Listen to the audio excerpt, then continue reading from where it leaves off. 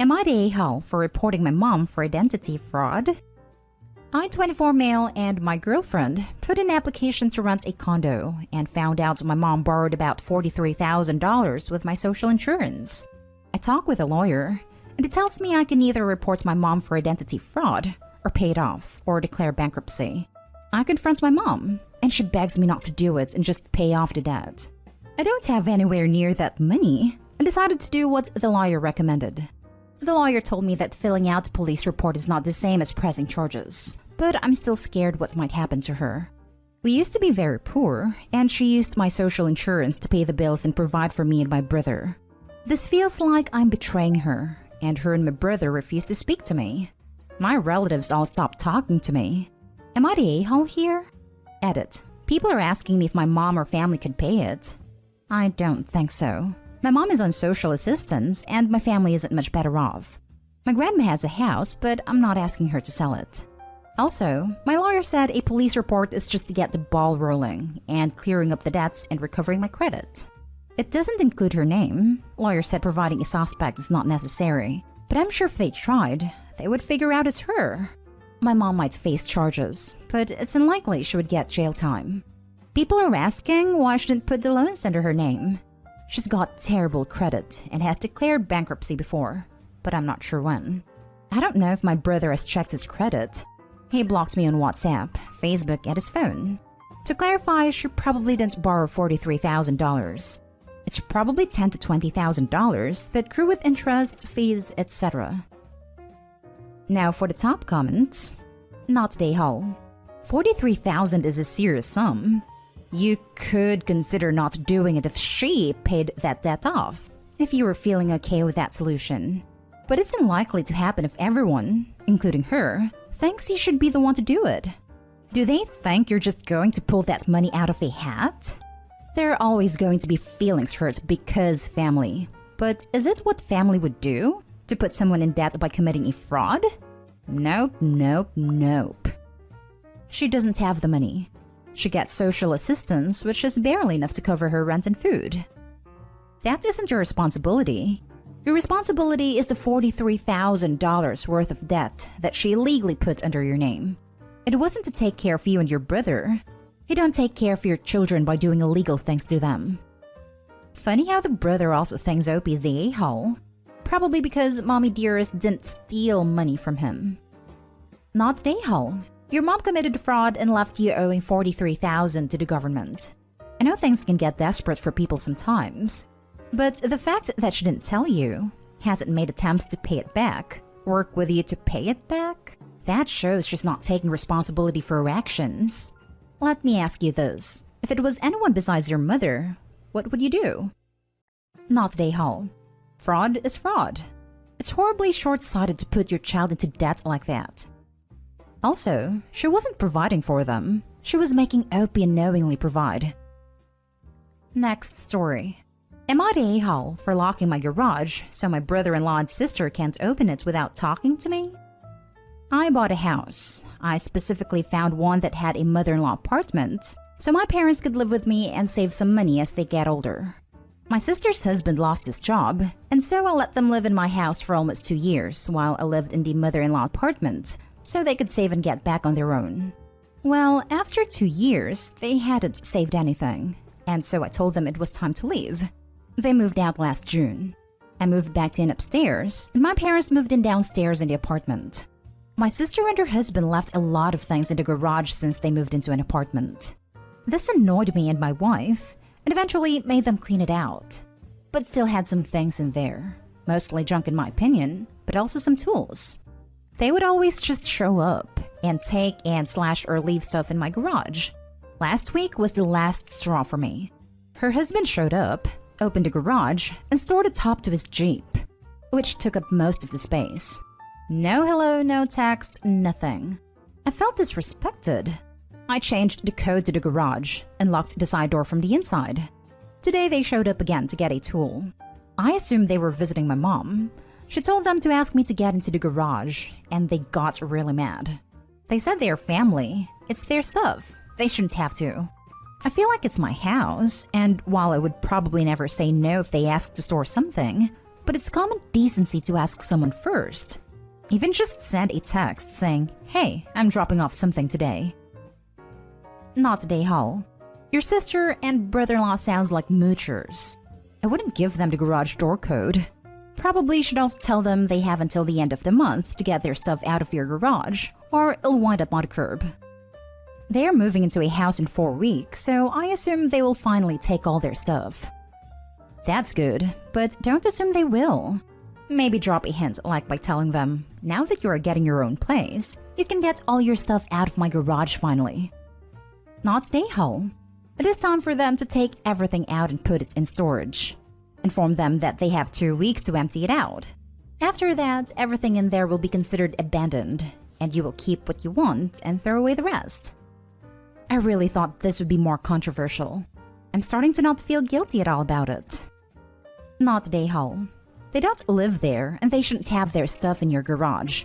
You let them stay 2 years rent-free, and they show no appreciation and squander the opportunity. You've done enough for these people. Pick a date and say they have to come get their stuff on this day. All of it. After that, it's going to the dump. Not today, Hull. In my family, we all share. My sister has left her tires in my garage, and my parents have stored my stuff, and so on. Sharing our space is really normal in my family. We always ask permission first, and always let each other know when we will be picking stuff up. We would never dream of just randomly showing up to pick up or drop off stuff. I'd be right pissed if someone kept coming into my garage without asking first, and I'd be even more pissed if someone dropped off something large without asking first. What if you were planning on using that space that is now occupied by a Jeep top? Now for the next story. Am I the a-hole for not wanting to support my family forever? I, 24 male, still live at home with my grandma. So does my older brother, my uncle, and my mom. For my whole life, we've kind of just helped each other out with everything financially. Even since I've been an adult, they have helped me with a ton.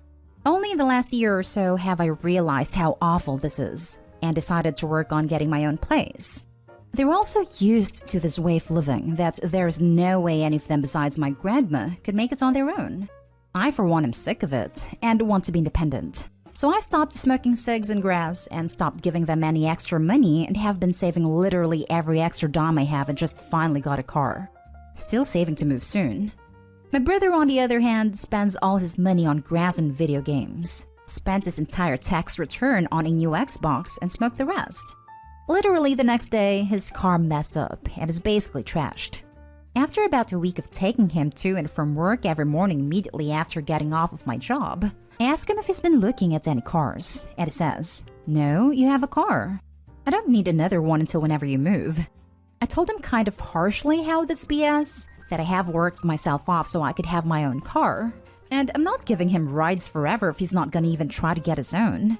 I told him if he hadn't immediately spent his tax money in crap, he could have fixed his car, and that he needed to change his priorities or he would never get anywhere.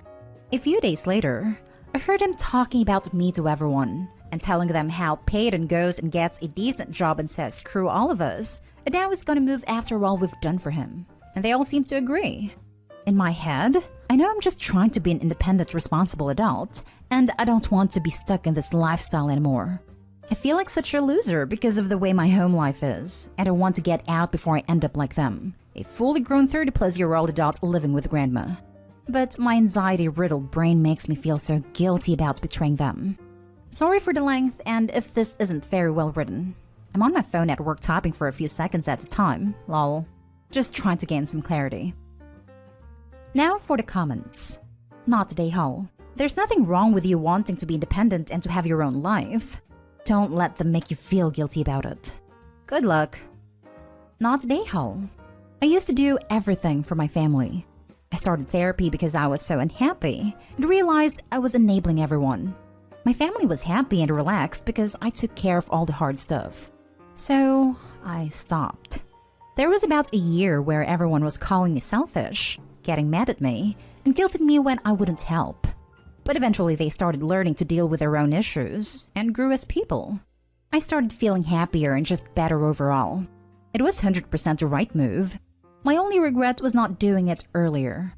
There will be pushback because the dynamic is changing, but that's not a bad thing. When they ask for help, take a step back and say, do they really need my help or would I be enabling them? Not day haul.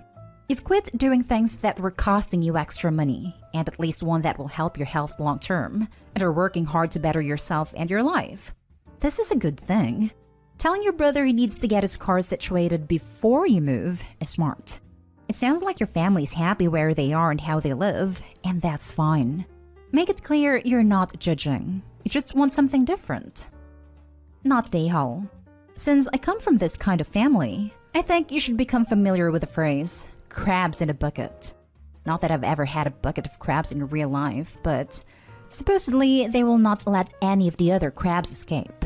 And if one makes a break for it, they'll grab his little crab legs and drag him back down. Your family will be angry and resentful, and they will badmouth you and try to use propaganda like, family doesn't do that. And you have to develop a little healthy contempt for that kind of life in order to get the motivation to work yourself out of it and onto something better. He may try to convince you that you are betraying them, or say that you're putting on airs, but really he is scared that one less salary in the house means that he will have to step up. It means that your brother will have to become more responsible, and he doesn't want to do that. If you work full-time, you deserve the dignity and privacy of living on your own. It's a responsibility and a privilege. Your ambition isn't even crazy or radical. It's totally normal to want your own place. But having goals of your own just shines a spotlight on his situation, and now that he has to really examine his life, he's embarrassed by it. Living at home at 30 with your mom and grandma. He was speaking out of anger, shame, and fear. You provided a cushion for his life and you're taking it away. Last pot? Oh no. Ignore him and forge ahead. Last story. Would I be the a-hole if I told my roommate's mom that I won't be following her rules in my apartment? My roommate, who I'll call Emily, and I, both 21 female, are college students and we live in an off-campus apartment together. We split rents and utilities 50-50. I pay for my part myself, but Emily's parents pay for hers. Emily's mom is a bit overbearing and has a lot of rules for our apartment. The main one being that no boyfriend are allowed to sleep over, as it's against her religion. She specifically told Emily to have a talk with me about this subject to tell me this isn't allowed after we moved in. Emily doesn't care if I have my boyfriend over for the night, and she does it all the time without telling her parents. However, it strikes me the wrong way that Emily's mom feels like she can impose non-negotiable rules on me when she doesn't pay for any of my part of the bills. Today, Emily's parents are coming to visit, and I expect her mom to go over all of the rules that she sets with me. Would I be the a-hole if I told her mom that, with all due respect, I'm paying my portion of the rent and she doesn't have any control of the things I do in my own apartment? On one hand, I feel like I'm justified. This woman is trying to impose her own religious beliefs onto me in an apartment that I pay half of the bills for. The idea of just rolling over and telling her that I'll obey her demands when just doing my own thing behind her back doesn't sit right with me. However, after speaking to my own mother about the subject, she thinks that it would be disrespectful. She says that even though I'm paying for my half of the rent, Emily's family is still paying for this apartment, and they should be able to have a say of what goes on, even if Emily and I just end up breaking those rules anyway. I've spoken to Emily about this subject, and she doesn't care if I tell her mom that I will or will not be following those rules, as long as I don't indicate that Emily breaks them. So I was hoping to get some outside opinions here. Reddit, what do you think? Would I be the a-hole if I told my roommate's mom that I won't be following her rules in my apartment? Not the a-hole. 1. She's not your mom. 2. She's not paying your bills. Tell her to buzz off. This is the only correct answer. Well, maybe Emily gets yanked from apartment and her life is worse. You have every right to tell the mom you won't be following her rules. But don't be surprised if you're looking for a new roommate soon after. Yeah, that's what I'm worried about too. I know it's tempting to tell them to buzz off, but I think it would be preferable for you and Emily to just grin and bear it through this visit, so you can get on with your lives when they leave. If they are that strict, I wouldn't be surprised if they required Emily to check in with them constantly, or force her to move if you just start dropping F-bombs. Not a a-hole. Your answer should be, I'll give that all the consideration it deserves. Edit. Thank you all for your input. Her parents stopped in briefly but then left to go get food. They'll be staying here overnight though, so I'm planning on updating this later tonight to let everyone know what goes down when we all sit down and talk. I also just wanted to say that after talking to Emily further about this, it turns out that her dad really doesn't care what I do, and thinks that his wife's demands are extremely unreasonable. This is why Emily doesn't care if I speak up or not, because I guess that even though her mom is paying the bills, it's her dad who makes the money to support them all. Emily says that her dad would never make her move just because her roommate doesn't follow traditional values, and even though her mom is a bit of a squeaky wheel, her words not mine, her dad makes all of the final decisions here.